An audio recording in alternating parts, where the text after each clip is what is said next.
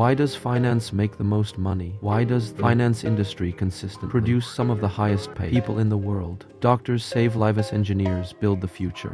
Tech founders create products used by billions. Yet when you look at income rankings, bonuses, and billionaire lists, finance dominates. So what exactly is happening?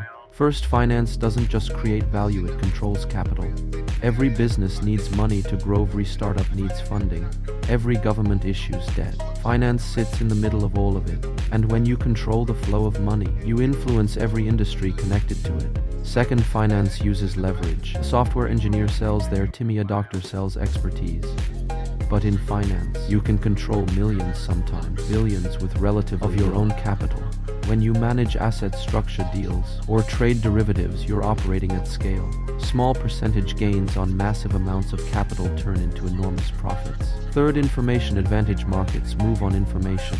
If you understand risk, better analyze trends faster, or structure smarter deals, you gain an edge in highly liquid global markets. Even a tiny edge can translate into huge financial reward. But there's another layer. Finance doesn't just participate in the economy, it allocates it. It decides which companies grow, which industries expand, which innovations get funded. In other words, finance doesn't simply work for money, it positions itself to manage money.